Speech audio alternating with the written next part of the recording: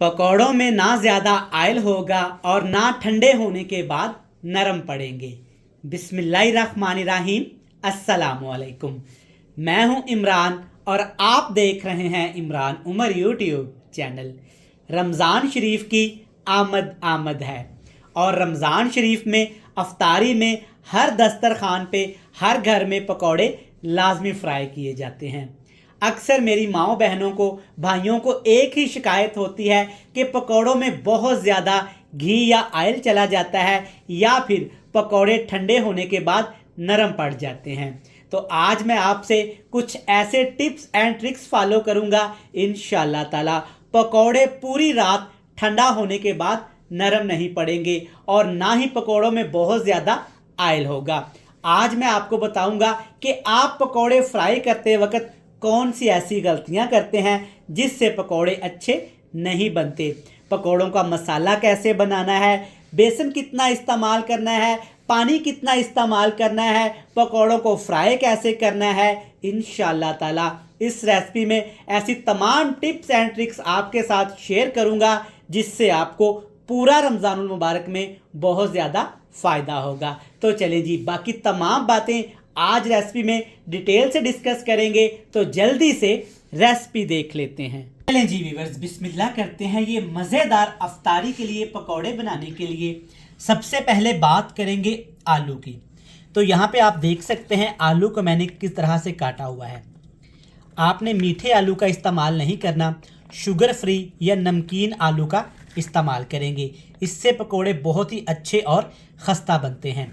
और आलू की कटिंग आप देख सकते हैं मैंने रफ सी कर ली है, ना ज़्यादा बड़े ना ज़्यादा पतले। और देखें कुछ आलू मैंने इस तरह लंबाई शेप में काटे हैं और कुछ इस तरह बिल्कुल बारीक से काटे हैं। तो इस तरह आपने आलू ऐसे रफ से काट लेने हैं। और अब इसमें डालेंगे यहाँ पे 3 चीज़ें। कौन सी 3 चीज़ें हैं? ये है मेरे पास प्याज, सब्ज़ मिर्च और सब्ज़ धनिया। बिल्कुल बारीक बारीक आपने काट लेना है। ये जाएगा तकरीबन 4 खाने के चम्मच। छोटा सा एक प्याज है, थोड़ा सा धनिया और 3 से 4 यहाँ पे मैंने साबुत मिर्च ली है। ठीक हो गया। जब भी हम घर में पकोड़े फ्राई करते हैं ना, तो पकोड़ों के अंदर बहुत ज़्यादा ऑयल चला जाता है, घी चला जाता है। इसका भी एक हल हमने निकाला है। एक छोटे साइज़ का आपने नींबू ले लेना है और अच्छे तरीके से आपने इसमें निचोड़ देना है। अगर आपके पास नींबू नहीं है, अक्सर रमज़ान में नींबू बहुत ज़्यादा महंगे हो जाते हैं, तो आप इसकी जगह पे सफ़ेद सिरके का भी इस्तेमाल कर सकते हैं। चलें जी, नींबू डालने के बाद इसमें डालेंगे पालक। आप देख सकते हैं बिल्कुल बारीक बारीक हरे कचार कलर की यहाँ पे मैंने पालक ली है और पालक को इस तरह से बिल्कुल बारीक काटा हुआ है। और यहाँ पे भी आपके साथ एक चीज़ शेयर कर दूँ कि पालक के मैंने पत्ते इस्तेमाल किए हैं। पालक के पीछे जो बिल्कुल सख्त हिस्सा होता है ना, वो आपने इस्तेमाल नहीं करना। चलें जी, मसालों की बात करते हैं। ध्यान से देखिएगा, आपने बेसिक मसालों का ही इस्तेमाल करना है। ये नहीं कि पकोड़े हैं जो मसाले हाथ लगे आप शामिल कर दें, बिल्कुल भी ऐसा नहीं करना। कुटी हुई लाल मिर्च डालेंगे 1 टीस्पून भर के। 1 टीस्पून भर के इसमें साबुत ज़ीरा डालेंगे। ज़ीरा आपने साबुत ही इस्तेमाल करना है। और खुश्क धनिया आपने मोटा कुटा हुआ इस्तेमाल करना है, क्योंकि धनिए का फ्लेवर पकोड़ों में बहुत ही ज़्यादा अच्छा लगता है। इससे पकोड़े बहुत ही ज़्यादा क्रिस्पी और स्पाइसी हो जाते हैं। चले जी, अगली चीज़ ये है मेरे पास चंद दाने अजवाइन के। इससे पकोड़ों में बहुत अच्छी सी खुशबू आती है और फ्लेवर भी बड़ा अच्छा आता है। हाथ से मसल के आपने इसमें शामिल कर देने हैं। बहुत ज़्यादा इसमें शामिल नहीं करेंगे वरना पकोड़े का टेस्ट ख़राब हो जाता है। जब भी हम घर में पकोड़े बनाते हैं ना, स्पेशल अफ्तारी से पहले बनाए जाते हैं ताकि अफ्तारी के वक्त तमाम लोग खा लें। ठंडा होने के बाद पकोड़े बिल्कुल नरम हो जाते हैं। तो इसके लिए आपने क्या करना है, 2 खाने के चम्मच भर के आपने इसमें कुकिंग ऑयल शामिल कर देना है। घी इस्तेमाल नहीं करेंगे वरना घी जम जाएगा, इसलिए आपने इसमें कुकिंग ऑयल का ही इस्तेमाल करना है। चलिए जी, ठीक हो गया। और साथ के साथ इसमें डाल देंगे टेस्ट के हिसाब से नमक। जितना आप नमक घर में रेसिपीज़ में इस्तेमाल करते हैं आपने इसमें डाल देना है। अभी तक हमने इसमें बेसन नहीं डाला और ना ही पानी, दोनों चीज़ें हम नहीं डालेंगे। हमने क्या करना है, जो चीज़ें मैंने इसमें डाली हैं इनको अच्छे तरीके से आपने ऐसे मसल के हाथ की मदद से, जैसे आटा नहीं गूंथते, इस तरह से आपने इनको ऐसे मिक्स कर देना है। इससे क्या होगा, कि जो हमने इसमें अजवाइन, ज़ीरा, नमक, मसाले डाले हैं ना, वो पानी छोड़ेंगे और उसी पानी के अंदर ही फिर हमने बेसन को मिक्स करना है। हम लोग घर में गलती क्या करते हैं कि ढेर सारा पानी और बेसन शामिल कर देते हैं, जिससे सब्जियां भी बहुत सारा पानी छोड़ती हैं और पकौड़ों का वह टेस्ट नहीं रहता। चलिए जी, इस बैटर को आपने सिर्फ 5 मिनट के लिए रेस्ट दे देनी है। देखिएगा यह बैटर कितना ज़्यादा यहाँ पे पानी छोड़ेगा। तो माशाल्लाह से व्यूअर्स, आप देख सकते हैं बैटर ने काफ़ी ज़्यादा यहाँ पे पानी छोड़ा है। देखें कितना लिक्विड हो गया है, जबकि एक भी कतरा इसमें पानी का हमने नहीं डाला। अब इसमें डालेंगे जी बेसन। बेसन की बात करें तो बेसन आपने अच्छी क्वालिटी का लेना है। जब हम मोहल्ला शॉप से या किसी लोकल शॉप से बेसन खरीदते हैं ना, तो उसके अंदर बहुत ज़्यादा आटा शामिल किया होता है, जिससे पकौड़े अच्छे नहीं बनते। आपने बेसन इस तरह का बिल्कुल येलो कलर का इस्तेमाल करना है, इससे पकोड़े अच्छे बनेंगे। चले जी, अब पकोड़ों में हमें चाहिए अच्छी खुशबू, तो इसके लिए डालेंगे थोड़ी सी कसूरी मेथी। कसूरी मेथी का भी ज़्यादा इस्तेमाल नहीं करेंगे, वरना पकोड़ों का कलर बहुत ज़्यादा डार्क हो जाएगा। अभी तक इसमें हमने हल्दी शामिल नहीं की, सिर्फ आधा टीस्पून इसमें हल्दी शामिल करेंगे। अगर ज़्यादा हल्दी शामिल करेंगे तो पकौड़ों का टेस्ट ख़राब हो जाता है और कलर भी ब्लैक सा शुरू हो जाता है। इसलिए जब भी आप पकौड़े बनाए ना, तो हल्दी का कम इस्तेमाल किया करें। चले जी, अच्छे तरीके से इसको मिक्स कर लेंगे। अगर आपको लगे कि बेसन कम है तो आप इसमें बेसन दोबारा भी शामिल कर सकते हैं। देखें माशाल्लाह, पानी का एक कतरा भी शामिल नहीं किया, फिर भी अच्छे तरीके से यहाँ पे बेसन इसके अंदर हमने हल कर लिया है। चलिए जी, यहाँ पे कुछ लोग ज़्यादा बेसन वाले पकोड़े खाना पसंद करते हैं और कुछ कम वाले। तो आप देख सकते हैं यहाँ पे बेहतरीन किस्म का एक बैटर हमने पकोड़ों का तैयार कर लिया है। इस तरह से आपने तैयार कर लेना है। मैं कम बेसन का इस्तेमाल करूँगा ताकि सब्जियाँ भी इसमें नज़र आएँ। चलिए जी, बैटर तैयार हो गया है। अब इसको फ्राई कैसे करना है वो भी देख लेते हैं। पकोड़े फ्राई करने के लिए आपने बड़े बर्तन का इंतखाब करना है और इसमें आपने कुकिंग ऑयल या घी, दोनों में से कोई एक चीज़ चलेगी।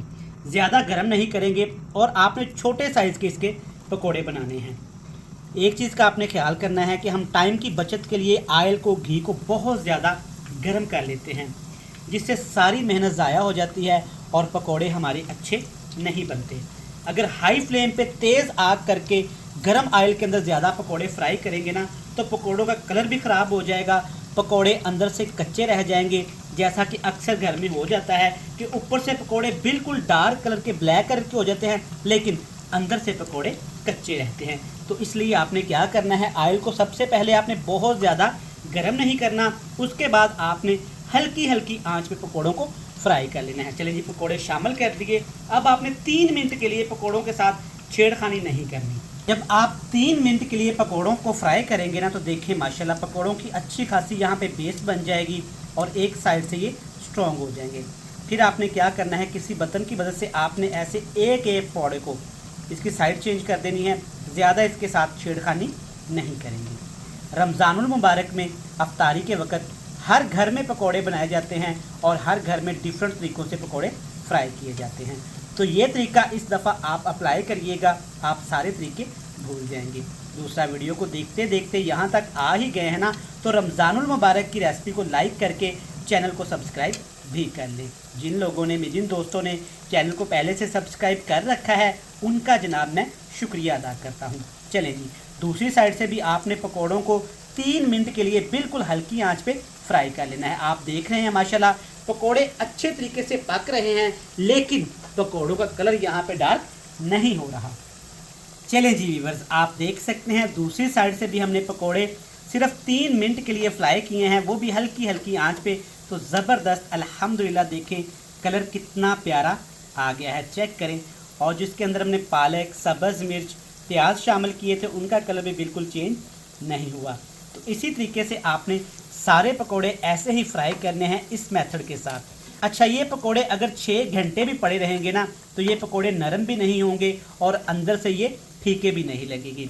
इसी तरीके से बनाइएगा, ये आपको पसंद आएगी। देखिए जी माशाल्लाह, बिल्कुल छोटे छोटे साइज़ के क्रिस्पी क्रंची खस्ता पकोड़े स्पेशल रमज़ानुल मुबारक में बनाइएगा, ये आपको भी पसंद आएंगे। चले जी, ये ज़बरदस्त पकोड़े बनके तैयार हो गए हैं। सारे पकोड़े इसी तरीके से फ्राई करूँगा और आपसे मिलूँगा बड़ी ही मज़ेदार सी एक फ़ाइनल लुक के साथ। अल्हम्दुलिल्लाह व्यूअर्स, चेक करें माशाल्लाह पकोड़े कितने ज़बरदस्त, खस्ता और क्रिस्पी तैयार हुए हैं। चेक करें, पकोड़े ठंडे हो गए हैं लेकिन अभी तक ये क्रिस्पी और खस्ता हैं। अल्हम्दुलिल्लाह, आप इस तरह इस माह रमज़ान बनाइएगा।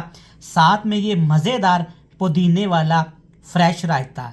अल्हम्दुलिल्लाह, चेक करें, ज़बरदस्त, क्या ही मज़ेदार यहाँ पर रेसिपी बन के तैयार हो गई है। पकोड़े आपने तो बनाने ही हैं रमज़ान में, इस तरीके से बनाइएगा, आपको एक डिफरेंट चीज़ खाने को मिलेगी। रेसिपी हुई कंप्लीट। रेसिपी अच्छी लगे तो चैनल को सब्सक्राइब करके बेल आइकन को प्रेस कर दीजिएगा ताकि मेरी हर आने वाली नई वीडियो के नोटिफिकेशन सबसे पहले आपको मिले। ढेर सारा प्यार, दुआओं में रखिएगा याद। अल्लाह हाफिज़।